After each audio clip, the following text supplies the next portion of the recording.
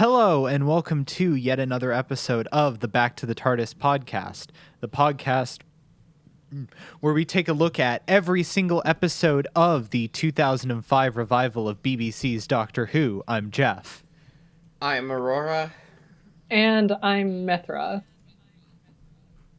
And this week we are discussing Series 10, Episodes 11 and 12, World Enough in Time and The Doctor Falls by Stephen Moffat.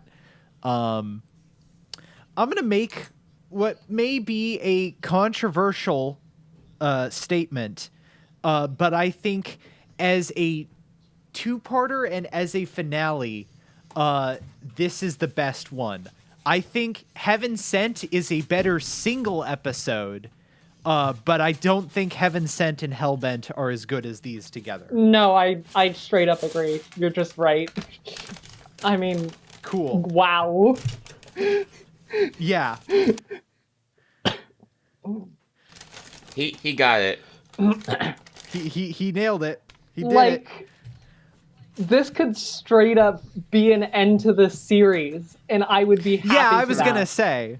Like, the amount Yeah. of things that get so perfectly put together here is just incredible. And I'm like, okay, there's a few different things that I'm like, okay, that's a really good end, but, you know, I could see them doing more than that. But I think particularly with the Master storyline, I'm like, there's nothing left. Like, that's it. That's the character. That's a wrap. Why is there more of this? You can't. Well, because it's like the Joker. I single know. time you give the Joker a satisfying good end, it will be invalidated by the fact that the Joker will eventually come back. I know. I'm just saying, like, unless you can do something to this level again, it's just always going to feel hollow. Yeah. But what if you body swapped each other? Anyway. Yeah. I will at least credit Chibnall for just not even bothering to try and answer the question of when in the timeline Dawn Master is. Like, just looking at this and being like, yeah, no, okay, we're just not even gonna just forget about it. Yeah. But yeah, no, it really is just an absolutely incredible two-part experience that I think it's both the best writing the show has had in the last half decade. It feels the most like Doctor Who firing on all cylinders than the show has in the last half decade. It's definitely scarier than the show has really, like, I don't even think Moffat era tried to be as scary as this a lot of the time. Yeah, this is definitely like with the first up there. episode. Yeah. I was going to talk a lot about that. I know this has been discussed before by multiple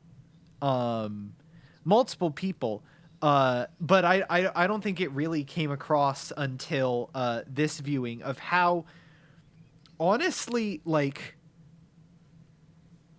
weirdly applicable to, like, dysphoria multiple things are in this story. Oh, yeah. Yeah, that was eerie. Yeah. I forgot about that. There's a lot of gender stuff going on in this episode, actually. Yeah. Yeah. Huh. I didn't think of that, but now that I think of it, yeah. Yeah. This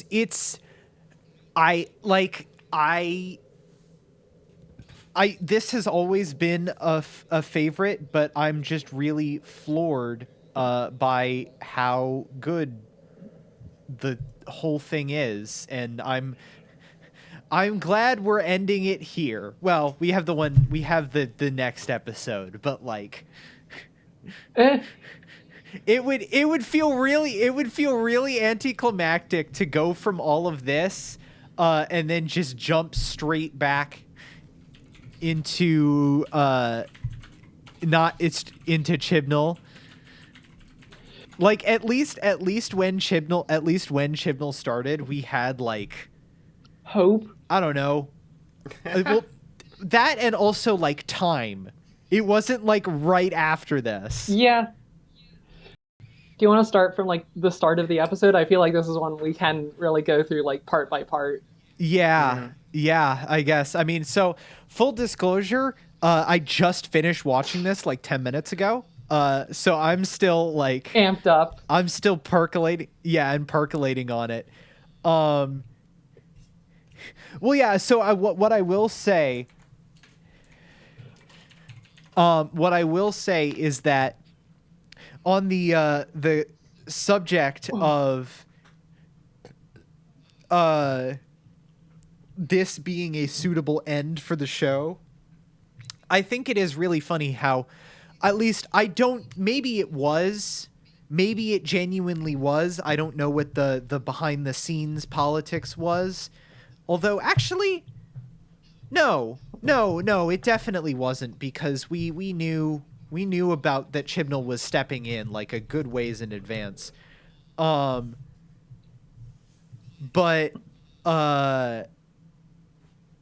like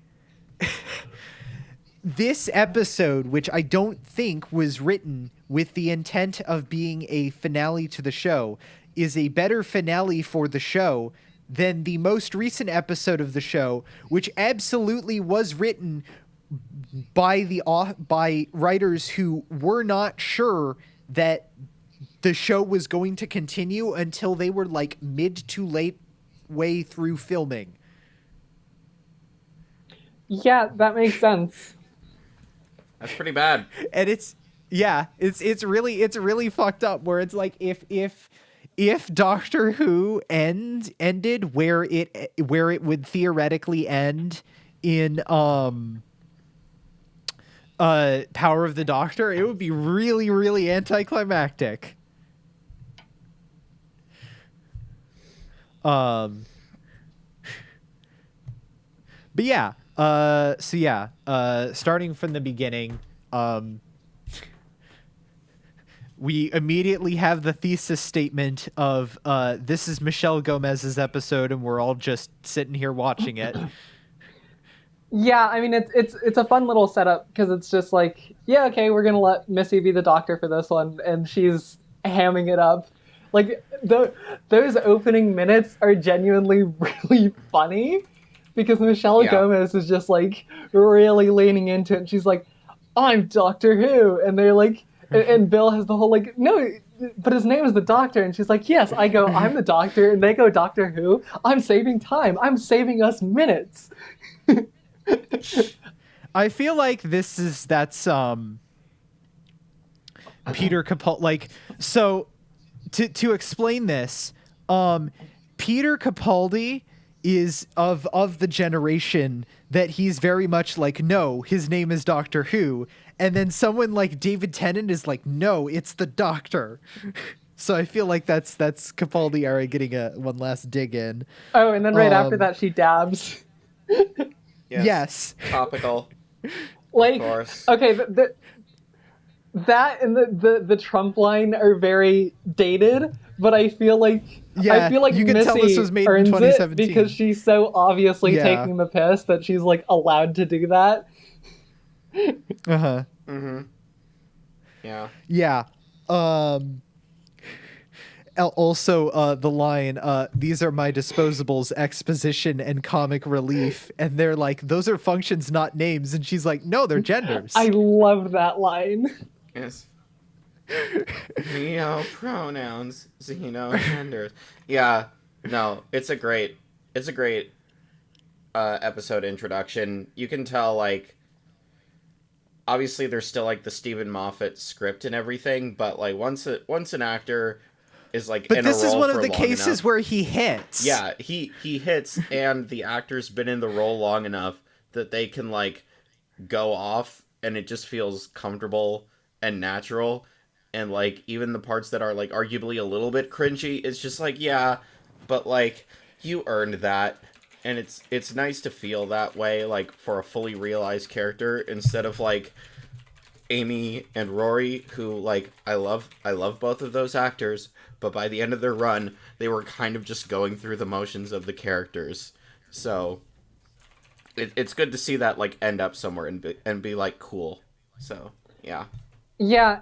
Anyway, and then like this scene really just nails this intro because it starts off like I don't know. I feel like it really brings you into the tempo of the characters. Like, okay, we're just doing a fun little mission to test Missy out, and then it Yeah. just like it goes sideways so fast, and you don't see it coming. Yeah.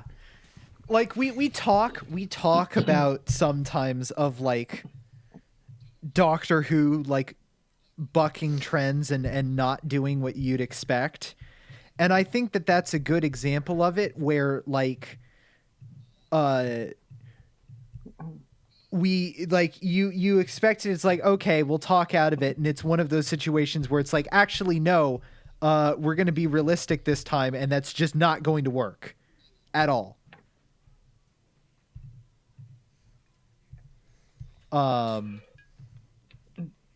Yeah. And so like it fails spectacularly in a way that feels shocking and real. And I will say, like off the bat, I know that a lot of people like aren't as happy with how Bill's resolution is eventually reached, and I guess this isn't like entirely relevant other than the fact that it like sort of starts here.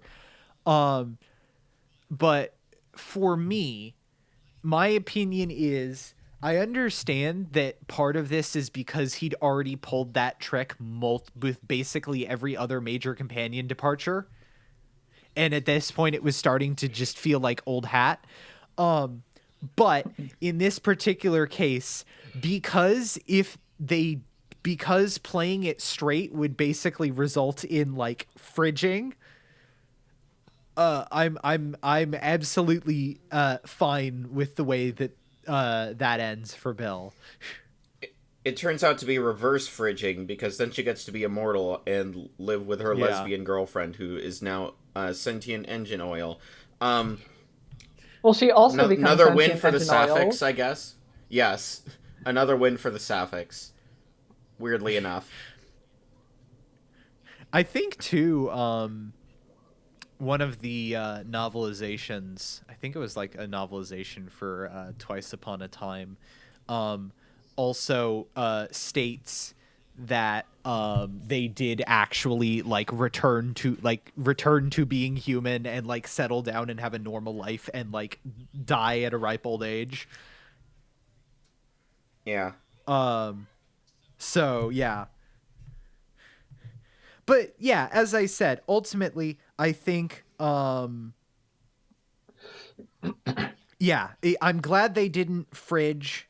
That would have been really not great feeling. I understand that it was too little too late for some people, but again, I think it's a really, really solid ending that works because I like when you think about it, like it's kind of a double gut punch because usually companions don't die, and I ultimately think that like whether or not they got out of it doesn't really it doesn't remove the fact that this horrible thing was done to them in the first place. Like that still affects both them and everyone around them. But so you don't expect them to die, and then I don't think the closest that we get is like alt universe Jackie Tyler getting converted, but that doesn't even entirely count either because that wasn't the main universe. Yeah. Yeah. And I also like I feel like the Cybermen are obviously like a great vehicle for body horror, and I like how this presents a different flavor of it. So like in Rise of the Cybermen Age of Steel, you have this like very like it feels like dystopic fantasy, or not dystopic fantasy, dystopic like science fiction uh like look at it, that's very like, I don't want to say high tech, but very like modern and like in its stylings. And then this, we have like a very like old schooler feeling gothic-y version of that, with the hospital and the Yeah. like old school medical equipment.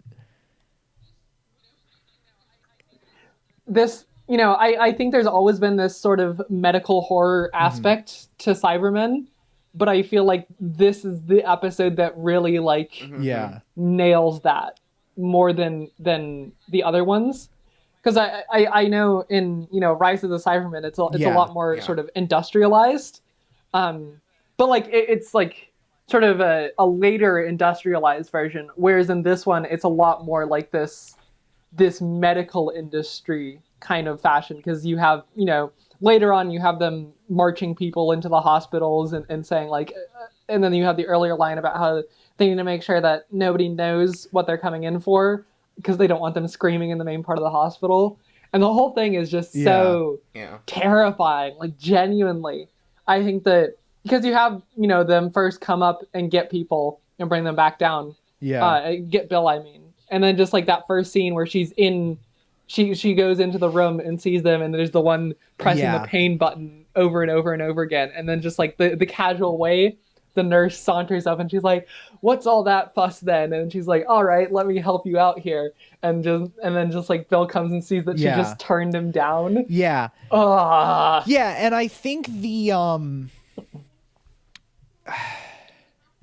I also really like the explanation they give later on in the episode about like, like I'm at this point, I'm not really one of those people that feels super like, I don't care that much about like canonicity and stuff, especially in this franchise.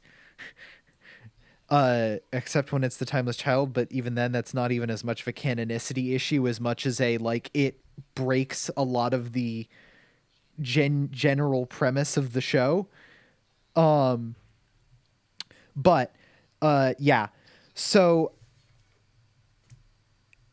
but the explanation they give about the Cybermen and how it's just like, no, wherever humans are, they will eventually pop up as a sort of like we aren't destined to turn into them, but ultimately it is a human tendency to try and become like them that we have to try and recognize and counter. Yeah. Yeah. That whole message and presentation, like we were saying, it feels very, especially with the hospital setting, sort of like modern but classic in the same token. Like I feel like change the setting around a bit, and this could be a contender for like a really well remembered Twilight Zone episode. Like if you just made this like a hospital and kept the time distortion thing for whatever reason, it would still be like an interesting and powerful story. And I think that's what this does. It's like it's arguably like very simple in terms of like just what's going on in a finale, but it does it really, really, really well. Yeah, absolutely.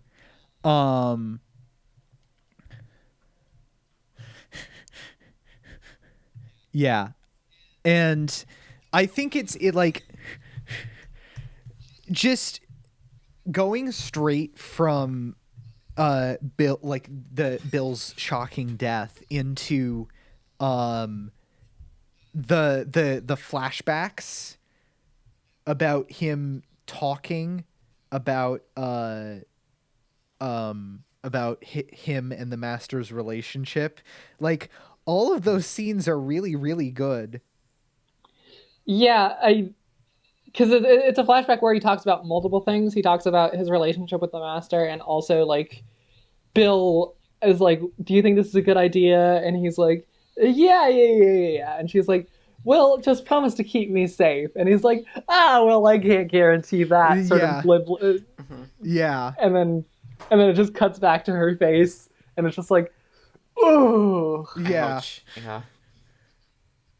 Yeah, absolutely.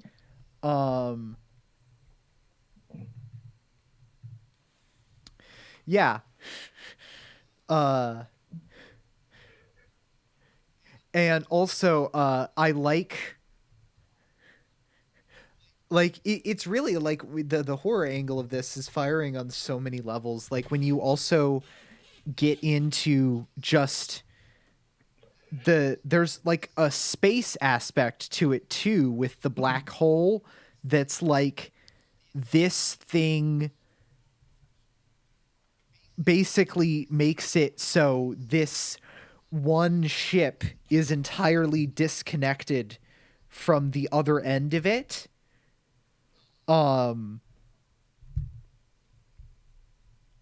Like it's disconnected, and the way it sets up, like, oh well, we sent people to go do X and then they never came back, and it's like, well, yes, because the time is just experienced so differently that it looks that for them they've barely been gone at all, or for you they've barely been gone at all, but for them it's been however long.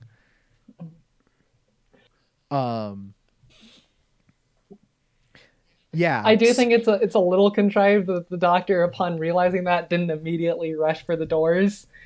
Instead, stayed to do a 10-minute explanation. well, he did say, well, right, but he did say that the way that it, like, the he can't like just move the TARDIS at this point.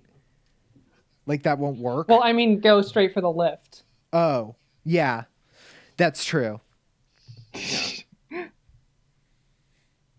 Fair enough. That is like the one contrivance. I mean, I feel episode. yeah. I mean, I feel like it probably wouldn't have made that much of a difference, but yeah. Yeah, one. I guess it makes a little more sense once you know, that the reveal that the weird Russian guy was the master. Because Yeah. obviously he waited until the doctor was about to arrive and then converted her, so he would have just done that whenever he came. Yeah. Although, on that front, I want to talk about,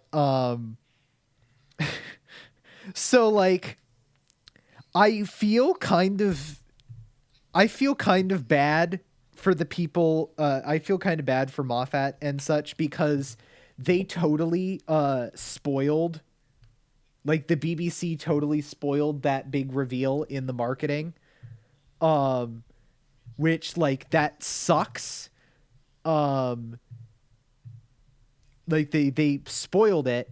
And then they so it makes it so, like, you know, when he shows up it's like, oh, that's obviously John Sim. Where I feel like if they hadn't spoiled it, it would still be kind of like, okay, like, or so you'd still be kind of like, wait a second, is that John Sim? But it wouldn't be like immediately like, oh, that's very clearly what this is. Okay, I will say, I completely forgot that was the master, and I did not have an inkling. What? Like, How? Even as he started giving his speech to Missy, it wasn't until his voice started changing that I was like, oh. How the fuck? You're valid. I'm honestly impressed. Fuck, okay. I don't know what John Sim looks like He's just like, I need his blonde little hair to know what he looks like. He just seemed like some weird guy to me. I was like, I don't remember this guy in this episode, but hey, he's pretty weird. Holy shit. Okay. So there goes your theory.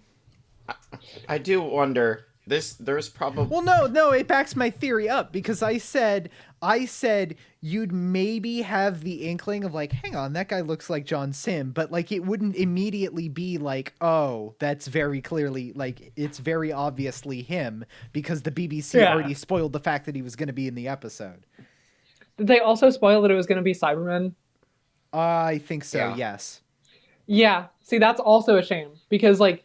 Thank you, BBC I feel like marketing. you can figure it out, but like up until like for a while, it does just sort of seem like really creepy medical stuff going on without like necessarily being Cybermen. Yeah, it's. I wonder if this like up until they show the sort of head antenna to Bill, and then you're like, oh, yeah. I there's no evidence to back this up, but I have to wonder if like. Part of the overcorrection to like not giving any information out, especially towards the end.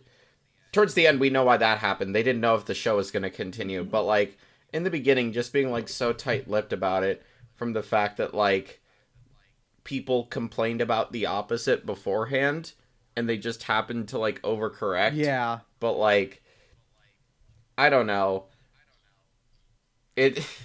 It's a conversation to have, but like I don't think it's that hard, even if you don't do your trailers in-house, to be like, hey, there are two things we don't want you to show. That John Sim is back as the Master, and I don't know, like, name another thing. Like, I don't think, I can't imagine that would be that hard to do if you think about it. Yeah. Yeah, I do get that. It is very like come on guys, you couldn't just leave it. It's the same thing of like we always rag about how regeneration should be like surprises. But ultimately like that's never going to happen because that would require the BBC to not just go right in on like no we have to announce it because then we'll get people. But yeah, it's sad. I'm glad it worked out for you though. I'm glad you got by that. I got a great experience.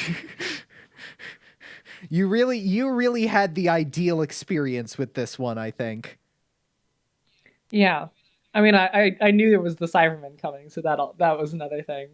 But still, it's a fucking scary episode. I mean, when I went to bed, I was genuinely a little bit scared. Nice. I was like, God, something about just like the like bag over their eyes just like really gets me. Mm-hmm. Yeah, it's honestly impressive how much it manages to still be like more like the primitive form of the Cybermen manages to somehow still be more terrifying than the version that RTD made, where they are converted by literally like without anesthetic, just like separating their brainstem from the rest of their body. It's so tactile. It like you can see parts of it, and it's just like you know how that would feel on you, and like you know things that like look like that. Whereas like the Cybermen are like scary from a psychological and I guess like political perspective. Thanks Elon Musk with your Neuralink bullshit. But like there's a difference between that and especially like the Iron Man type of Cybermen versus like this. Yeah. Well, I think also. Well, what I was gonna say, it's that, and it's the fact that it's like a like slipshod ramshackle construction of it. Like it feels even more like it feels rickety and like it could just stop working at any point. And also it has it's that much closer to a normal human form. Yeah. What I was gonna say is like, I think in sort of other iterations, there's this sense of like, okay, there's this single guy behind it who's driving it, or like it's already just the Cybermen and they're just cyberizing others because at this point that's all they know how to do. Whereas in this one, there's this really terrifying like societal acceptance of it, like the sort of joyfulness of the hospital workers of like, yeah, this is what we all have to become. This is the future for humanity. And, like, sure, there's some kinks in it right now as they're screaming in pain, but we just need to work those out and then we'll all become like this. And that's a good thing. Yeah. There's that dissonance there is just so terrifying. Yeah. That and like, I like one of the, I feel like one of the most striking shots in an incredibly visually striking pair of episodes is that shot at the beginning of The Doctor Falls where the camera like pans past the like twitching crucified scarecrows of the like Cybermen that they captured. Yeah. Yeah.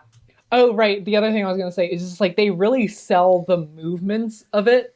Like they're really both the walking motions are so just like ungainly, and also the hand motions, like as they're trying to press their buttons and stuff. It just, you feel the strain of it, of like they're acting through these layers of technology trying to do anything, and it's just like it's such a strain. Ugh. Yeah.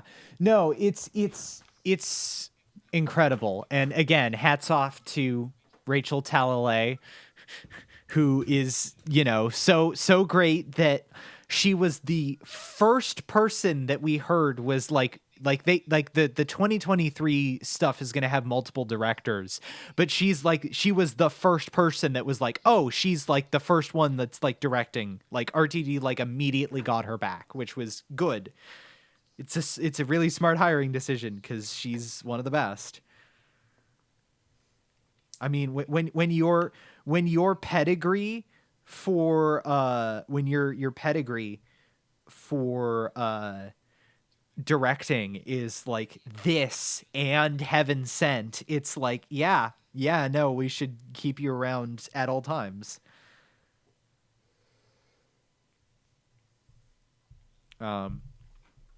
Yeah. I commented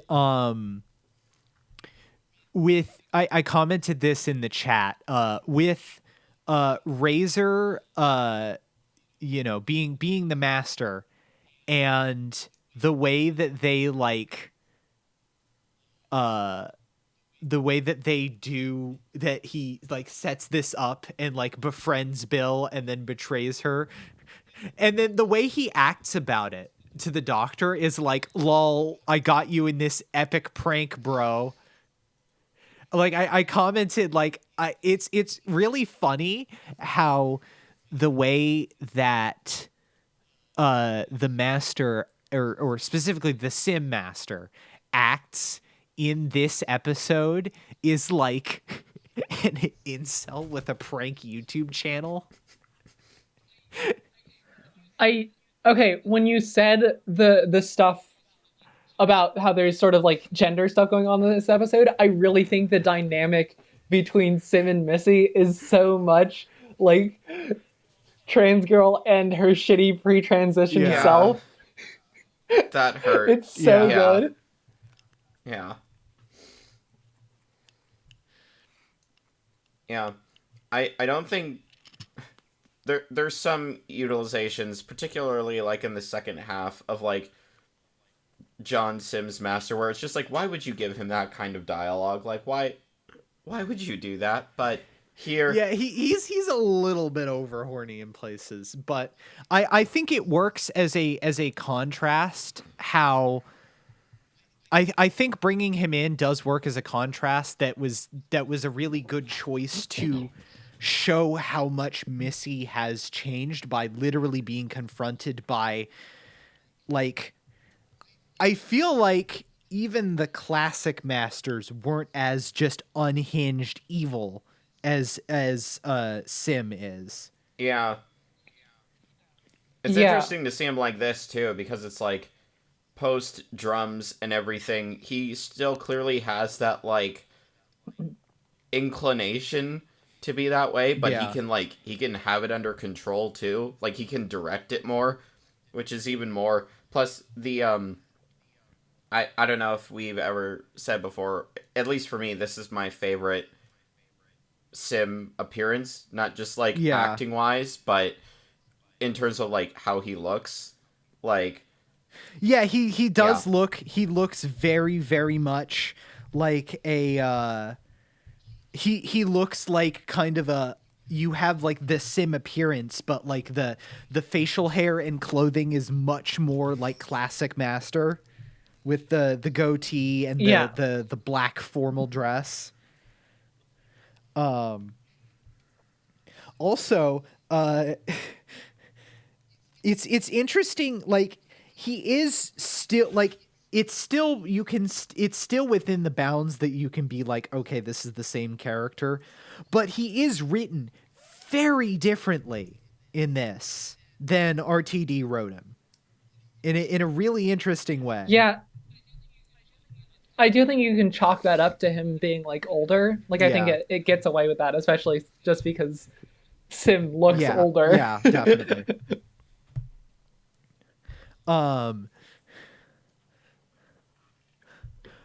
But yeah, and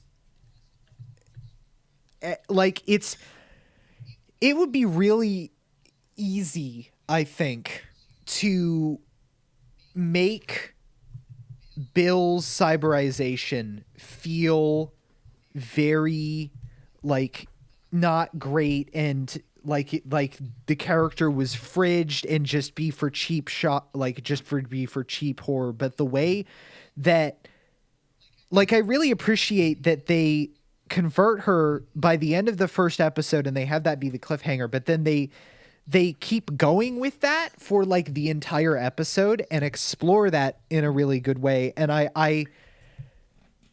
it thematically meshes very well too with the point of what the episode describes the Cybermen as, in the sense of presenting Bill, even after she's been cyberized, as the antithesis to that almost. Yeah. In a way that just feels like, remember when this show had themes? Imagine that. You mean, imagine making a point in your episodes that's coherent. You mean it's not based in Girl Boss Pill to send the POC master to the Nazis? Oh boy. You mean it's not thematic to do whatever the fuck it is we did in whatever the hell it is we did in the Power of the Doctor? What did we do in that episode? Exactly. What didn't we do in that episode? God. But yeah. Just incredibly good. And also, like, I feel like the shot at the end of the first episode, where they do the where they like zoom in on Bill's eye underneath the cyber outfit, and like a tear comes out of it and forms the Cybus Industries logo, is like the kind of thing where some people would be like, and I would be like, no, this is raw. This is raw as hell. Symbolism. I don't know. This goes hard. Feel free to retweet. Yeah. Honestly, in some ways, this reminds me a lot of the space horror and some of the elements of this kind of remind me of actually like my game of the year for 2022, which is this like indie cosmic horror game called Signalis. And I liked having that some of those feelings again. So good, cool. Yeah. And then I think it's really well handled how much like they go into this.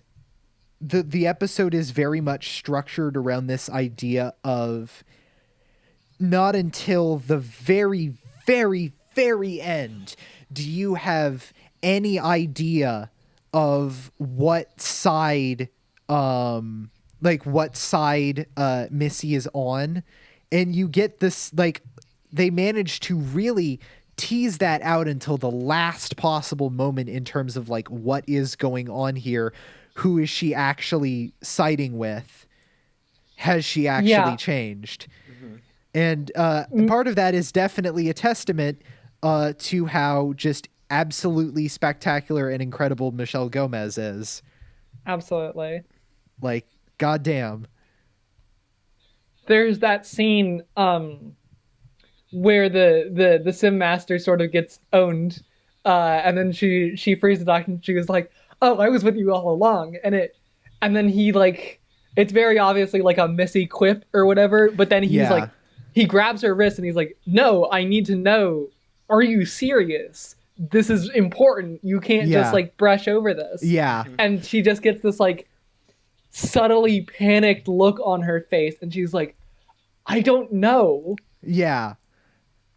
It's so good. Yeah. Michelle Gomez plays that incredibly. Yeah. Like like we've talked about this, and it really is amazing how much this series is just like, yes, the follow-up was ultimately disappointing, but also regardless of whoever was going to come next after this TARDIS team and after this master, like regardless of that, it would be an incredibly tough act to follow.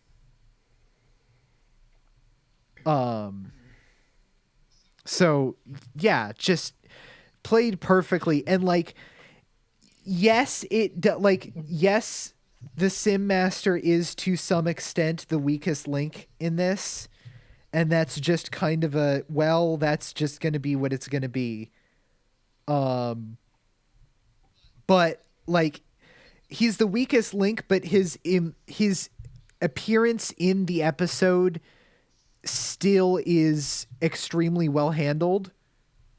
And he works really well, even if like ultimately it's just like, it's kind of like you have Sim Master, or sorry, you have the Doctor and you have Missy, and then also John Sims there, and he's doing all right, I guess.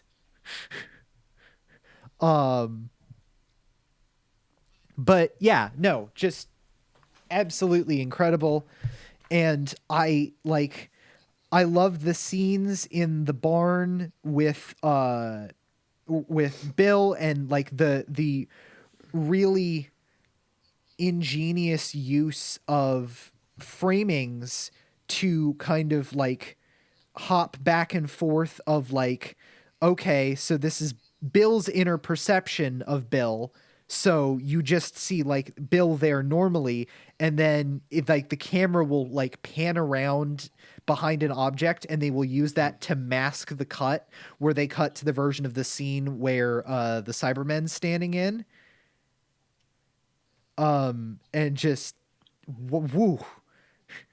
Remember when Doctor Who had good like cinematography and visuals? Yeah, it's, oh my god, the visuals in this two-parter are also incredible. I think they do some really good coloring work, especially in the first episode, but I think also just the direction is just so incredible throughout. It really just like, you feel it. You feel the way the episode is actually doing something. Yeah, absolutely. Um, like the only thing in this episode that I'd say looks kind of wonky is that bit, the day for night bit, in when the doctor gives his big speech to Missy and Sim Master. Like the day for night there looks kind of rough. But like otherwise it's just an absolutely incredibly looking episode, and you really get the sense that they are just going all out on this last big ride, because obviously Twice Upon a Time is a much more low key, it's more like a denouement than an actual like big finale. um Yeah. so like they go all out, and there's like effects and really amazing like visual set pieces and Cybermen getting blown up constantly and all of that stuff. I will say, the only, for me, the one visual that I thought was a little wonky was one of the Cybermen explosions, and they just like have the models ragdoll, and I'm just like, I half expected a Wilhelm scream. Source engine sound effects. Yeah. Yeah, I mean, I definitely get that to some extent. The one that was my pick for like the visual that looked kind of janky was actually the it's the when Nardole grabs the like the escape shift as they like get out of the cyber city. The ladder effect and some of the ship effects were kind of like, ooh, that's a little gnarly. But like the rest of it I think is really, really sound. And I think part of that is to do with Talalay just being a really, really good director. Yeah. And like, so when I first watched this, I think I was like to some extent still bitter about the fact that this was only going to be like a one season. It was only going to be a one season crew. So like Nardole and Bill weren't really going to stay, but ultimately I think in the end, like somehow even Nardole's ending feels really, really well done in a way that like I didn't feel like it was this well done the last time I watched this episode, but this time around it's like, oh yeah, no, this is actually really, really beautifully done, I think. Yeah. He goes off. I mean, he just sort of like stays there on the ship, right? Yeah. Yeah. He goes off to protect the people in the field, and eventually he gets bored and he starts hosting the Great British Baking Show. And we know how that's going nowadays. No, yeah, it's a really good. It's not like beautiful. It's not poetic. It's not like the best companion exit. But considering like where he started out as like a comedic relief for like River Song, and not even like the best comedic relief in that episode, to end up in a place where like Matt Lucasisms aside, you really like care for the character and there's quite a bit more substance to him. It's like great where like in the beginning you could have just expected him to be like killed off, and they basically did that, but here it's like, no, he's gonna have like, you could, I guess you would call it like bittersweet. Like, yeah, he's going to die, but he's going to like basically, he's doing what he can in his own way to like further the kind of like ideals that the Doctor would, like just helping people in like the way that he can, which is cool.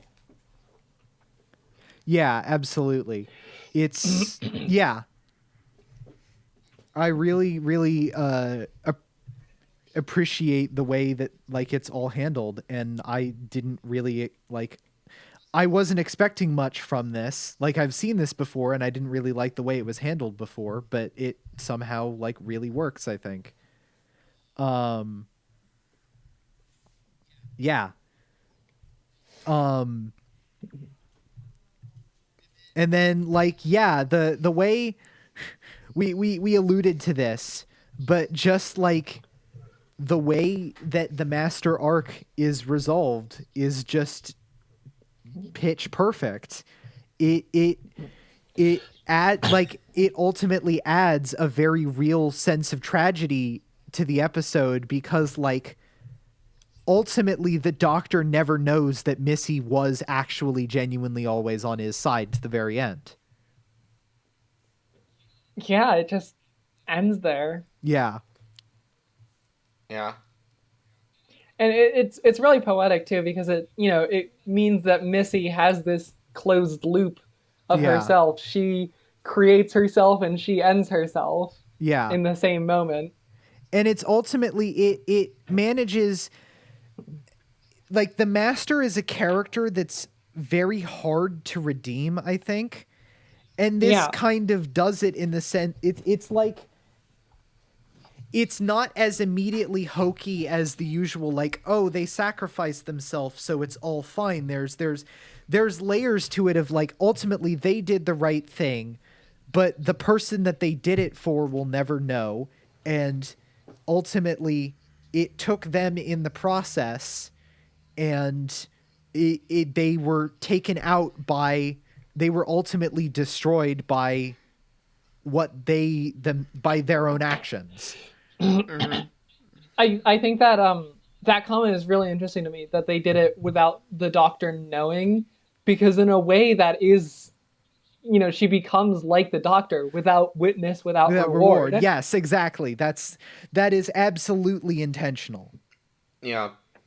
It's Especially since he says it like a bit later. Yeah. yeah, that whole speech, without like, it's just kind. That's people. It is the best. It is, I think, 12's best moment. Yes, people hold up the. I mean, the Zygon speech is certainly like impressive, but yeah, I think this beats it easily, and it's trying to do different things. But I guess I should say I prefer this one, and both of the masters' reactions, again, perfect for what the episode is trying to do. I will say I generally don't like the trope of like redemption equals death, no matter Yeah. like how you slice it, but also for what, again, without witness, without reward, like paralleling that, it does serve a purpose other than to be like, well, we can't play with this evil character anymore, so we have to kill it. Like, it feels a Yeah. bit more purposeful than that. And I will say, I think one thing you do change, like, let's hypothetically say that we don't get Chibnall, we know this is like the last finale. I would have like Missy and the Doctor know. I would have that like conclude with them knowing that they're on each other's side. That's probably the only thing I'd change if this was the end, just because that, I don't know, seems more satisfying in the brain. But yeah, for what this is, no notes. Yeah. No, it's just so well done. And like I've kind of been I'm just really glad that we're ending all of this on a real high point, honestly. Like I this probably cracks the top 10 list. I don't know what the top 10 list is, and it would probably take some tough negotiating. But I do ultimately think that this is on there.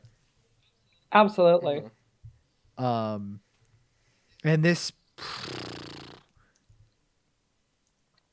might actually be my favorite like Moffat episode, and probably favorite Capaldi episode. It's just so goddamn good. It's up there for sure. Yeah.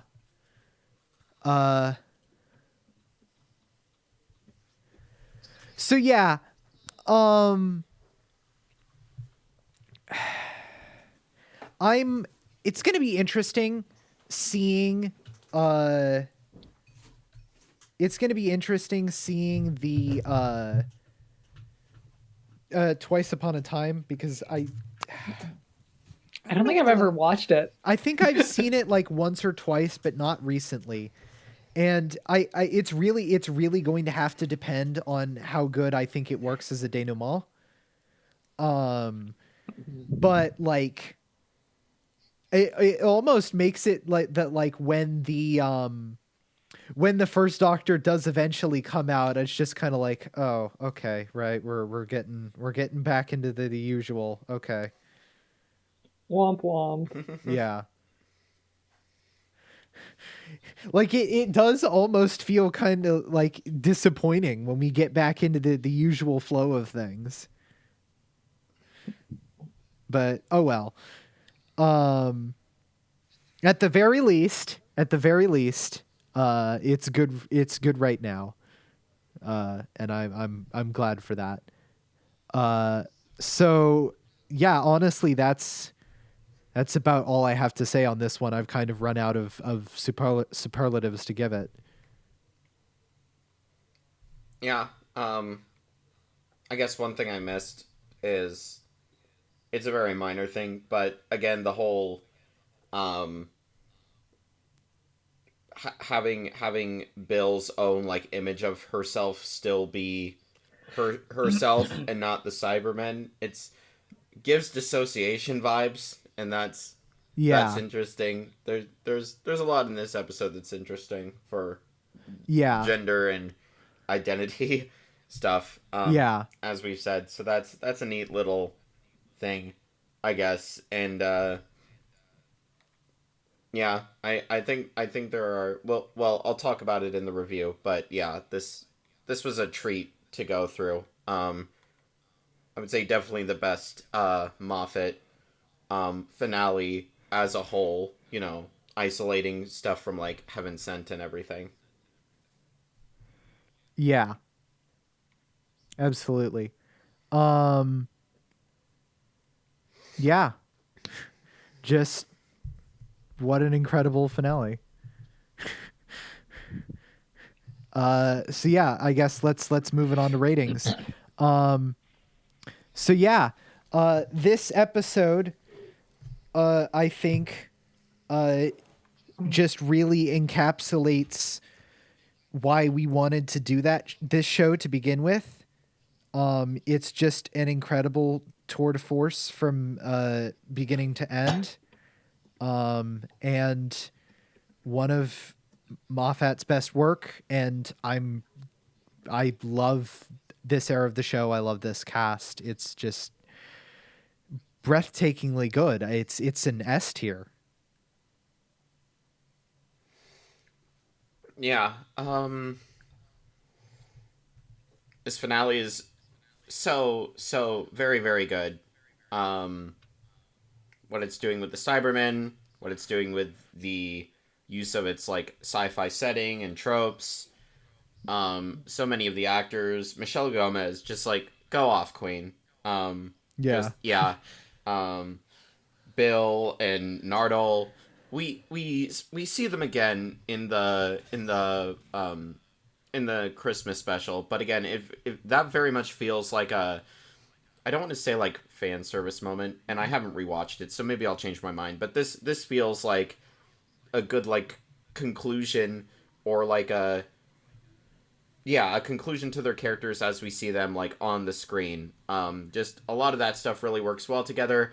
Qualms, I guess, like no matter how well they do the stuff with like basically killing Bill off, there's still like some like Deus Ex Machina bullshit with like the lesbian girlfriend engine oil like space U-Haul thing going to be tell me it's not that. There's still like some contrivances there. It is, that's why it's good. Yeah. Based. There's still some stuff there, and like outside of the John Sim Master reveal with like Razor and everything, and what he does at the very end with killing Missy, he's kind of just there, and he's having like weird lines about like being into his future self, which like yeah, trans woman and her shitty past self. It's a chaser. But fuck. But also like lines about like having to wear bras and everything, and I'm just like, okay, Moffat just turned his brain off for this section. I guess if it had to be any section of the episode to turn his brain off, and sure, pick this one. I don't care. But it's still a little bit semi-disappointing. Even with those minor nitpicks, this is still easily, I think, the best, like, overall Moffat finale. Yes, even over my personal favorite of Series 5. So, yeah. Strong 9 out of 10. All right. Yeah, this two-parter was just really incredible. I think the first part really nails just this horror setup for the Cybermen, and yeah, it's just on its own, it's just a very convincing Doctor Who horror episode. But it sets up all the emotional threads you need for the much sort of like more character focused second part, and it functions in tandem very well as a two-parter, and as a whole it's an incredible way to, it would be an incredible way to wrap up the series. I think it puts things together very well in just a really convincing fashion, and I think visually it's incredible, and just all the acting is really solid in this. It's amazing. I would definitely rate this a 10 out of 10 despite a couple minor contrivances throughout. All right, yeah. So yeah, next time we'll be taking a look at Moffat and Capaldi's final episode, Twice Upon a Time. But until then, you can follow us on Twitter at B2TARDISPod. And yeah, I'm Geoff. You can follow me on Twitter at WheatleyDL. I'm not American, I'm not British, but rather a secret, more complex third thing. You can follow us on. You can follow us on the Elon Bird app while it still functions at Ahura Borealis. I'm Methra, and as usual, you can find us at Himajoshi Chaser at twitter.com. And we will see you all next week.